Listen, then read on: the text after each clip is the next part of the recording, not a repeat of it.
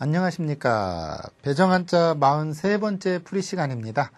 배정한자 풀이를 잘해야 여러분이 확인학습 잘한다는 건 이제 아주 귀에 못이 박힐 정도로 들었습니다.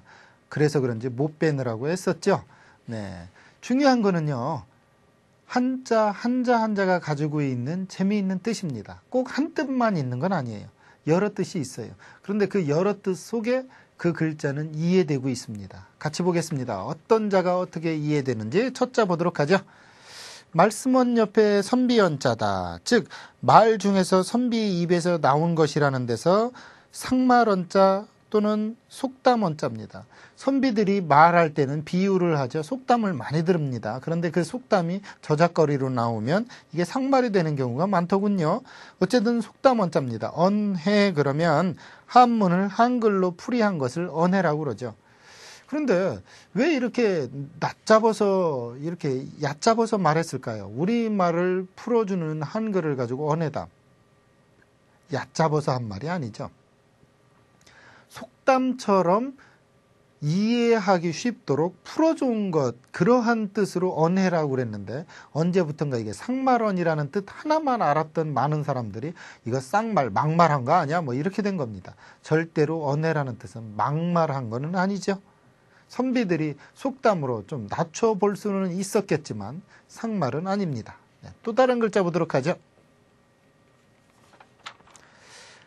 가리럼자가 나오고 옆에 사람인이 있습니다. 같이 볼까요?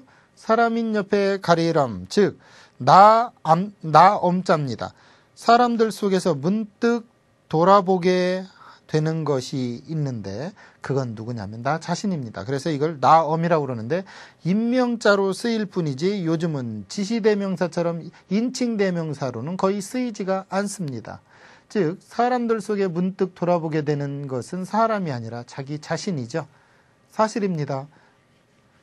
군중 속에 있는 고립된 그 느낌, 그 속에서 살아 꿈틀거리는 건 나라는 의식이 생기죠.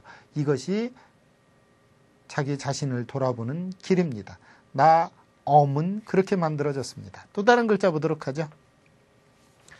이번 글자는요. 문득엄자입니다. 가리럼이라고도 하고 문득엄이라고도 하는데 같이 볼까요? 큰데 옆에 번개전치든 뭐가 있죠. 크게 번개치는 데서 갑자기 문득엄 또는 환관엄이라는 자가 생겼어요. 엄홀 그러면 문득 갑자기라는 한자어 표기가 되겠죠.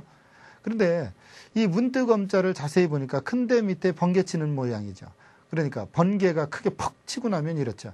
재밌는 말이 있습니다. 번개와 천둥이 달리기를 하는가 봐. 번개가 반짝한 후에 한참 후에 달려오는 천둥 소리. 이 동시입니다. 이게 초등학교 1학년짜리가 쓴 동시예요. 여러분 봤나요? 이렇게 번개는 순식간에 지나갑니다. 그래서 이것을 우리는 문득엄 갑자기 엄이라고 만들어 놓은 거죠. 또 다른 글자 보도록 하죠. 이거 엄하라면 앞에 사람인이 붙었어요. 사람이 엄합니까? 같이 볼까요? 사람인 옆에 엄하럼, 사람이 높은 산에서 위험 있게 호령하는 그러한 모습에서 의젓할 엄자 또는 공손할 엄자입니다. 즉 사람이 엄하면 그 사람은 의젓해 보인다 해서 의젓할 엄자입니다. 그러니까 엄각 그러면 조심할 각자거든요. 삼갈각이라고도 하고 엄각은 공경하고 삼가하는 일을 엄각이라고 그럽니다.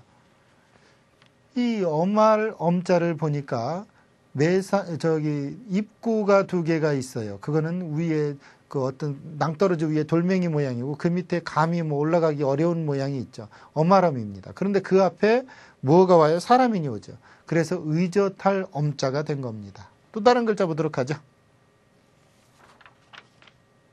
같이 보겠습니다. 실사가 있죠? 그 다음에 옆에 엿볼력이 있습니다. 즉 실의 끝을 엿볼 수 있도록 실마리를 뽑아 뺀다는 데서 이것은 풀어낼 역자입니다. 찾을 역이라고도 하죠. 그래서 우리가 역소 그러면 끊임없이 떠들썩한 걸 역소라고 그래요. 왜냐하면 이걸 풀어낼 역, 찾을 역 그렇게 얘기하고요. 이거는 떠들소 시끄러울 소자죠. 우리가 소음할 때 그렇게 만들어진 자입니다. 그런 거 보면요. 이 엿볼 역자를 알고 있으면 참 많이 해결이 돼요. 말씀원이 있으면 말로 엿볼 수 있도록 주내고 풀이한다고 그러죠. 그 다음 지금처럼 실사가 오면 무언가 풀어낼 역자가 되는 거고요. 그리고 물이 오면 물이 이렇게 엿볼 수 있도록 고여있는 모택이 연못이 되는 거죠. 이자가 오면 손수가 오면 엿보아서 손으로 선택한다 해서 가릴택이 되는 거고요. 이 글자 옆에 오면 무엇이 오느냐에 따라 이렇게 바뀐다는 것 알면은 한자가 연결이 될 겁니다. 꼬리에 꼬리를 물 거라는 얘기죠. 또 다른 글자 보도록 하죠. 어떤 자일까요? 같이 보겠습니다. 대중 밑에 네 그렇죠. 이을연 끌연자입니다. 즉 무슨 얘기냐. 대나무를 쪼개 이은 자리라는 데서 대자리죠. 대자리 연자입니다. 또는 그 대자리를 깔고 학문을 연구하고 강연한다고 그래서 학문을 강하는 자리의 뜻도 있기 때문에 이걸 학문을 강하는 자리연이라고도 하죠. 그래서 경연 그러면 임금이 학문을 닦기 위하여 신하 중에서 학식과 덕망이 높은 사람을 궁중에 불러서 경적과 사서 등을 강론하게 하던 일을 경연이라고 합니다. 이때 자리연자는 방석이라는 뜻보다는 무슨 뜻이 많다? 그렇죠. 여러 사람이 모여가지고서 그 학문을 강하든. 그래서 우리가 지금도 잔치연자 대신 저자를 쓰기도 해요. 왜요? 사람들이 여럿이 모여 있으니까요. 네, 또 다른 글자 보도록 하죠. 오호, 이거 손수가 붙었습니다. 손에 하는 일과 관계가 있겠죠? 네, 손이 있습니다. 손으로 입에 있는 고기를 어떻게 하는 거예요? 꺼내 버린다는 데서 버릴련 또는 덜련자죠. 그러니까 손으로 입에 있는 고기가 입맛에 맞지 않는다고 해서 버리는 거예요. 버릴련자. 그래서 우리가 출연하다 그러면 금품을 내어 원조하는 거예요. 그러니까 덜어내는 거예요. 출연.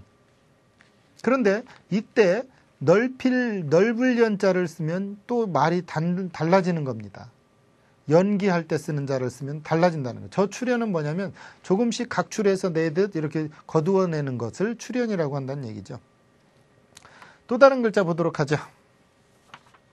그러니까 음은 똑같은데 뜻이 다른 한자가 얼마나 많습니까? 그런데도 그걸 제대로 파악하지 못한다면 언어 능력이나 논술 능력이 상당히 떨어지게 됩니다. 여러분은 한자 학습이 논술과 연관이 있다는 면에서는 틀림없이 여러분도 인정하셔야만 되고요. 그것과 같이 병행되는 것이 좋겠죠.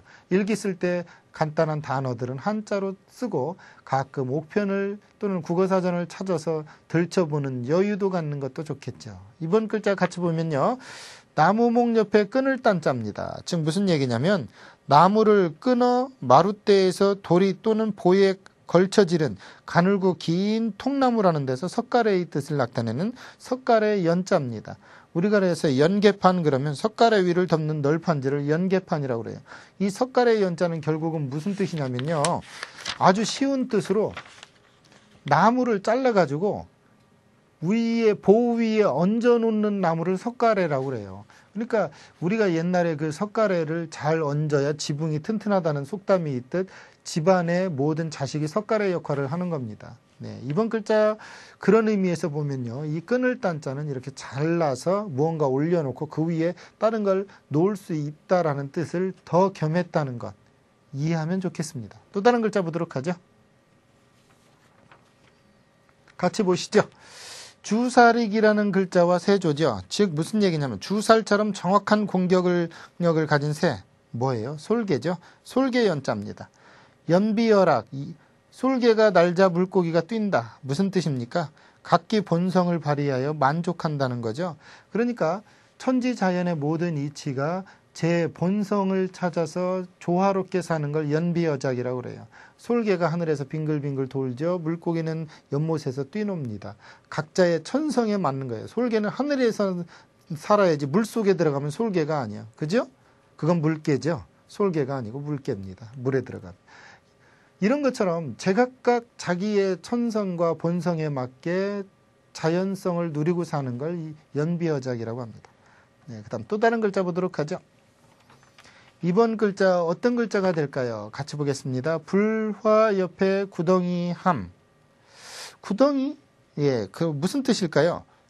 불덩어리가 구덩이를 만들듯 기세가 좋다는 데서 불꽃 염자입니다. 원래 불꽃 염자는 불화 2개 붙잖아요. 그렇죠? 그런데 이건 무슨 불꽃이냐면 구덩이를 만들듯 기세가 좋은 불꽃이라는 뜻이죠.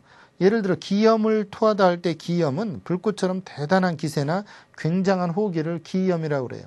그러니까 우리가 마라톤을 하든 아니면 씨름을 하든 무엇을 하든 순식간에 기염을 토하다. 이것은 기세 좋게 올라오는 불꽃의 기운을 기염이라고 그래요. 그러한 힘을 뻗쳐내는 걸 우리는 기염을 토한다고 얘기하는 거죠. 네. 또 다른 글자 보도록 하겠습니다. 이번 글자는요. 무슨 자가 될까요? 풍성할 풍 옆에 빛색. 빛이 풍성하다. 참 야하네요. 그렇죠? 같이 보겠습니다. 풍만한 빛깔, 풍족한 얼굴빛. 그런 데서 이걸 예쁠염 또는 고울염이라는 자입니다. 요염하다, 예쁠 요자에 예쁠염 또는 고울염, 요염. 사람의 마음을 홀릴 만큼 얼굴이 매우 아리따운 것을 요염하다고 합니다. 그러니까 이 고울염자는요. 풍만한 빛이에요. 풍만한 빛. 이걸 요염할 염 또는 고울염 이렇게 표현한 것뿐입니다. 사람이요. 어느 정도가 되면 아름답습니다. 그런데 그 아름다움보다 더 중요한 건 사람이 눈빛이 갈무리 되면서 오는 참으로 편안함입니다. 아름다움보다 더 좋은 건 편안함이라는 건 뭐냐면 여러분이 데이트할 때 아름다움에 빠집니다. 그러나 결혼하고 나선 편안함에 빠집니다. 이거 편안함이 죽이는 거거든요. 여러분 편안함을 누리십시오. 또 다른 글자 보도록 하죠. 학문에서도 편안함을 느끼기 위해선 절대 실력이 있어야 되겠죠. 이번 글자 어떤 글자일까요? 같이 보도록 하죠. 조개패는 돈이죠. 그죠? 여자가 폐물을 삥 두른 모습에서 어릴령, 젖먹이령, 두를령, 갓난아이 영자입니다. 즉 영성 그러면 성문을 굳게 닫고 성을 지키는 걸 얘기하는데 왜 그러냐면 여자가 폐물로 자기 몸 주위를 삥 두른 모습이에요. 어릴령, 어리게 보이기 위해서, 예뻐 보이기 위해서 그런 뜻도 있죠. 네, 이것을 보고 우리는 젖먹이영이라고도 한다. 왜냐하면 여자아이가 그 폐물이 여기서는 폐물도 얘기하자면 어렸을 때 가지고 노는 장신구예요.